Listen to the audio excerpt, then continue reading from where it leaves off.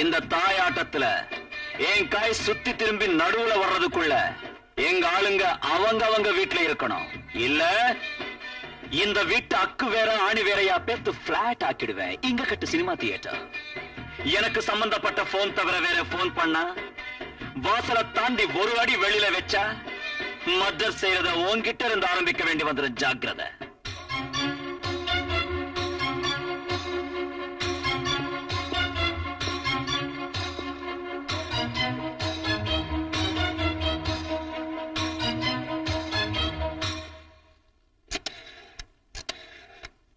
Secretary, நாம அந்த இடத்துல தற்சமே சினிமா தியேட்டர் கட்டல. அவங்க குடிசைகளை அவங்களுக்கே தந்துடு. நான் சொல்றதை செய்யறியா இல்லையா?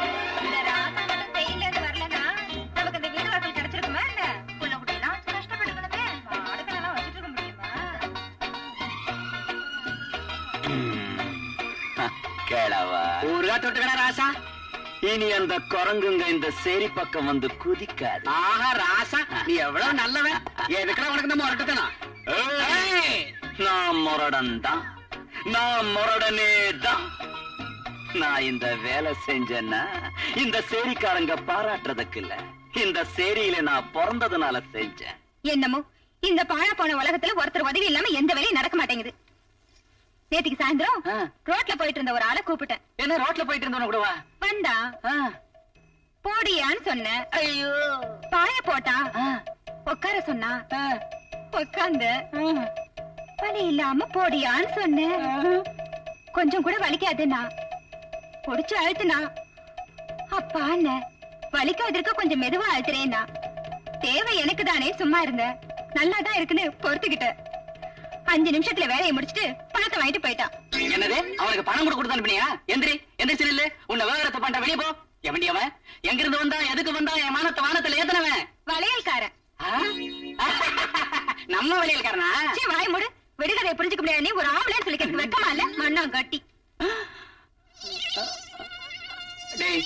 அம்மா கொடைய சொன்னப்பெல்லாம் கொடையாதடா. கண்டபடி குச்சியால கொடைஞ்சா காது செவிடாயிடும். நீங்க உயிரோட இருக்கிற வரைக்கும் நான் கொடைய மாட்டேங்க. அது சரி. நான் எப்ப பிறந்தேன்டா? நம்ம ஊர் கமலாலயத்துல எனக்கு நீ கிடைச்சனால்தான் நீ பிறந்த நாள். என்ன பார்த்து கிழவான்னு சொன்ன மாதிரி தெரியுது. அதனால ராசான்னு எடுத்துக்கிட்டேன்.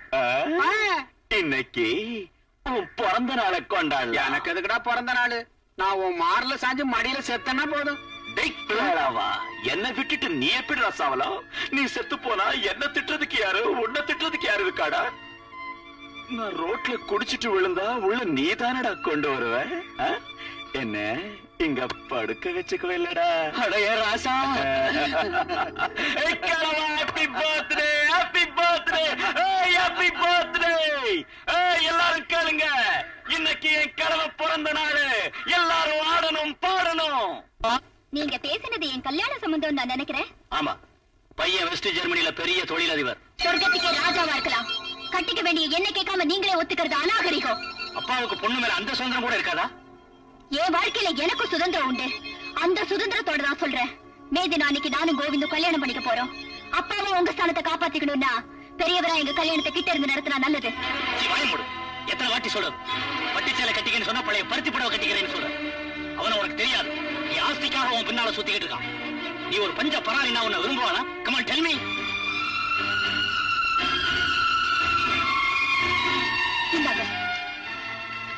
இன்னையில இருந்து நான் செல்வந்தர் பொண்ணுங்கிற அந்தஸ்தை விட்டுற போறேன். நம்ம லாயரோட நான் பேசினேன். உங்க ஆஸ்தியில எனக்கு சல்லி காசு கூட வேண்டான்னு, என் தலைமுறை சம்பந்தப்பட்டவங்க யாரும் இந்த ஆஸ்திக்கு உரியவங்க இல்லன்னு அந்த பத்திரத்துல எழுதி கையெழுத்து போட்டிருக்கேன். வச்சுக்கோங்க. உங்க ஆஸ்தி தொல்லை தீர்ந்துருச்சா? இப்போவாது கல்யாணத்துக்கு ஒத்துக்கிறீங்களா? என் ரத்தம் உன் உடம்புல உள்ள வரைக்கும் ஒத்துக்க முடியாது. விடியற வரைக்கும் நல்லா யோசிங்க. அப்பா பொண்ணுங்கிற பந்தம் இருக்கணுமா தீரணுமான்னு யோசிக்கிறதுக்கு இவ்வளவு டைம் போதும்னு நினைக்கிறேன். ஆலங்குடி வேலையா, புதுசா பிறந்த மாநில பார்ட்டி ஸ்டேட் வைட் ஆர்கனைசர். பேப்பர்ல பார்த்தேன். உட்காருங்க. புது தண்ணி வரணும், பழைய தண்ணி போகணும். அதுதான் எங்க பார்ட்டியின் கொள்கை. என் பாலிசி கூட அதாங்க. பாருங்க, ஸ்டேட் லேபர் யூனியன் பூரா உங்க கையில இருக்கு. அதனால எங்க பார்ட்டியில முக்கியமான இடத்தை ஏற்படுத்தணும்னு எங்க ஆதரவாளர்கள் தீர்மானிச்சிருக்காங்க. எங்க பார்ட்டி சார்பில் நீங்க விஜயபுரம் தொகுதியில வேட்பாளரா நிக்கணும். மன்னிச்சிருங்க வேலையா சார், எனக்கு பதவிகள் விருப்பம் இல்ல.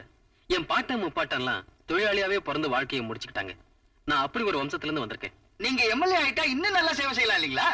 நான் அரசியல் ஈடுபட்டா நம்ம தொழிலாளிங்க உற்சாகம் போயிடும். அதிக உற்சாகம் பிறக்கும். எங்க சார்பில் கவர்மெண்ட்ல ஒரு ஆள் இருக்கணும்னு எங்களுக்கு எல்லாம் எவ்வளவு நாள் ஆசை. இல்ல, என் பாலிசி அதுக்கு சரிப்பட்டு வராது. நான் யோசிச்சு சொல்றேன். ஐயோ ஒண்ணும் யோசிக்காதீங்க. நீங்க ஒத்துக்கிட்ட மாதிரி தான். மறுக்காதீங்க. நல்ல நாள் பார்த்து நாமினேஷன் கொடுத்துடலாம். மறுக்காதீங்க. நாங்க போயிட்டு வரேங்க.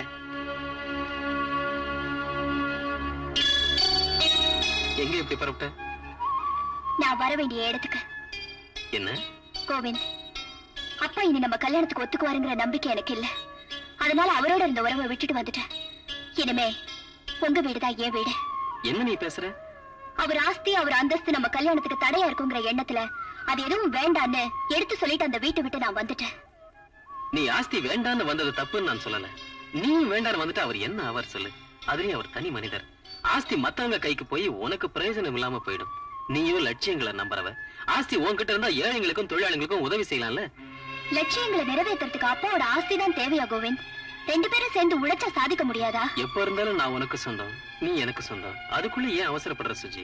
இந்த முக்கியமான காரியத்தை லேட் ஆக்க கூடாது. இன்னைக்கு கோவிலுக்கு போய் நம்ம கல்யாணம் செஞ்சுக்குவோம். இவ அவங்கிட்ட போயிட்டா மட்டும் அவன் எனக்கு மாப்பிள்ளை ஆயிடுவானா? இந்த ஊரு மயானத்துல இன்னும் 2 நாளைக்குள்ள அவனை சாம்பல் வைக்கிறேன். இது என்ன பல்படி பப்ளிசிட்டியாங்க? மாடியில இருந்து கத்துறீங்க. டேய், என்னடா அது? ஒரு துவாரத்துல வைக்க வேண்டியதை இன்னொரு துவாரத்துல வைக்கிற? அதுல விஷயம் என்னன்னா, இவ்வளவு ரகல நடந்ததுக்கு அப்புறம் அவனை யாரு என்ன செஞ்சாலும் அது உங்க தலைக்கு வந்துடும். வரட்டுன்னு நான் அப்புறமா கவனிச்சுக்கிறேன். அத நீங்க முந்தைய கவனிக்கிற வழியை நான் சொல்றேன். என்ன சொல்றேன்.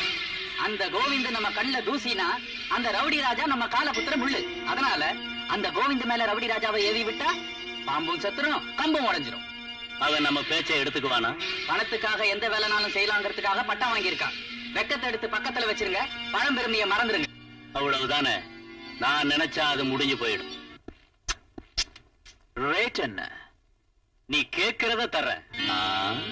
உன் ஆஸ்தி எல்லாம் வேணும். அதனால ஐயா கிட்ட பிசினஸ்ல கரெக்டா பேச்சு வச்சுக்கணும். தர்றேன்னு திமுறா சொன்னா வேண்டியதை கேட்டுடுவேன். நீ ரீசனபிளா என்ன வேணும்னு கேளு, தர்றேன். 10,000 அட்வான்ஸ், 10,000 ஃபைனல். அது நம்ம பிசினஸ். All right.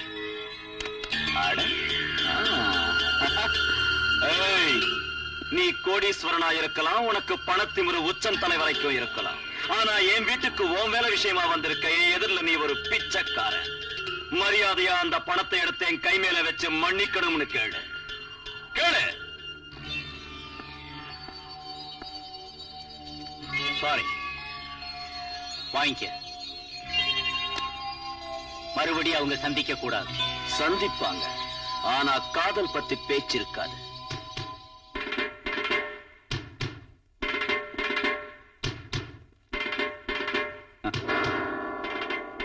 நீதானா ரகுபதி பொண்ணு சுஜாதா?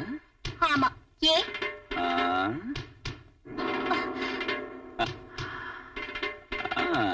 லேபர் லீடர் கோவிந்த் இல்ல? அது இருக்கட்டும், நீ யாரு? அடுத்தவங்க விஷயத்தை நான் தெரிஞ்சுக்கிறவனே தவிர என் விஷயத்தை அடுத்தவங்க தெரிஞ்சுக்கிட்டா அவங்களுக்கு தான் ஆபத்து. நீ இந்த பொண்ணு விரும்புறிய? உனக்கு எதுக்கு அந்த விஷயம்? சின்ன பிசினஸ் இருக்கு. உன் கூட எங்களுக்கு பிசினஸ் என்னடா? போட வழிய. அடி செக்க. வா வாடி. எங்க எங்க கூட்டிக்கிட்டு போறனோ அங்க. ஏய், கைய விட. இல்லாட்டி பண்ணு. என்ன செய்வ? ஃபைட் பண்ணுவியா? நாளடி. அப்பெல்லாம் பலம் இருக்கிறவனுக்கு தான் பொண்ணும் பொருளும். நீ ஜெயிச்சா நீ வச்சுக்கோ, நான் ஜெயிச்சா நான் வச்சுக்கிறேன். எப்படி இருக்கு? பாரு, என் பிசினஸ் கொஞ்சம் ஆபத்தா தான் இருக்கும். விடு. அநியாயம் செய்யறவனை விடுறது என் பாலிசி இல்ல. அப்படி விடாதவனை விடுறது என் பிசினஸும் இல்ல. 10 நாள் உனக்கு டைம் கொடுக்கிறேன். அந்த 10 நாளும் அவன் என் வீட்டுல இருப்பான். தைரியம் இருந்தா விடுவிச்சு. ரச ரச.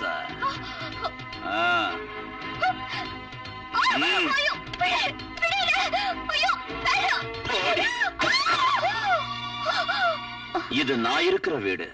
இனி இதுதான் உன் வீடு.